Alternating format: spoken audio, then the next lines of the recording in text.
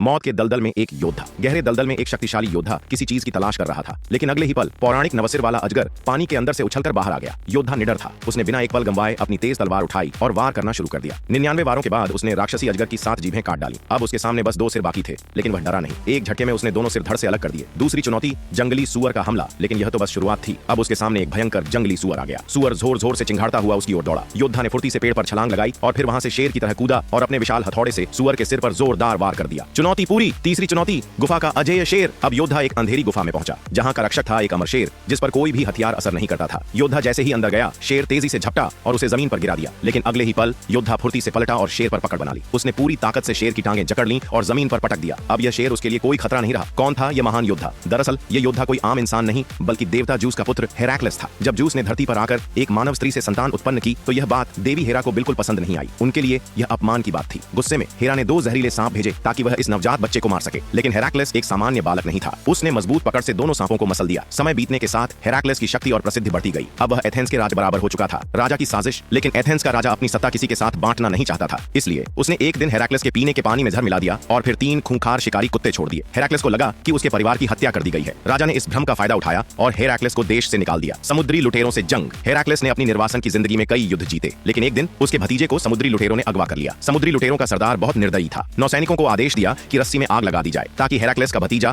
दम घुटने से मर जाए, लेकिन तभी भतीजे ने एक परछाई देखी और मुस्कुराने लगा। अगले ही पल हेराक्लिस आग के गुब्बार से बाहर निकला। लुटेरे घबराए नहीं, क्योंकि उनके पास 40 सैनिक थे और हेराक्लिस अकेला था। लेकिन जैसे ही हमला शुरू हुआ, हेराक्लिस ने 5 लुटेरों को एक ही वार में गिरा दिया। समुद्री लुटेरों का सरदार यह देख अपमानित महसूस करने लगा और पूरे दल को हमला करने का आदेश दिया, लेकिन हेराक्लिस ने अपनी सेना को इशारा किया और उनकी तरफ से तीरंदाजों ने हमला शुरू कर दिया। कई लुटेरे मौत के घाट उतर गए। एक योद्धा ने मौत की दरांती से दुश्मनों को काटना शुरू कर दिया। आखिर में हेराक्लिस और उसके सैनिकों ने समुद्री लुटेरों का सफाया कर दिया। अगला अध्याय। इस जीत के बाद भतीजे ने सभी को जश्न मनाने के लिए शराब खाने में बुलाया। हेराक्लिस अब एक महान योद्धा बन चुका था, लेकिन तभी महल के सैनिक अंदर आए। वे किसी खास व्यक्ति के लिए आए थे, खुद राजा की बेटी। अब आगे क्या होगा जानने के लिए इंतजार करें अगली कड़ी का।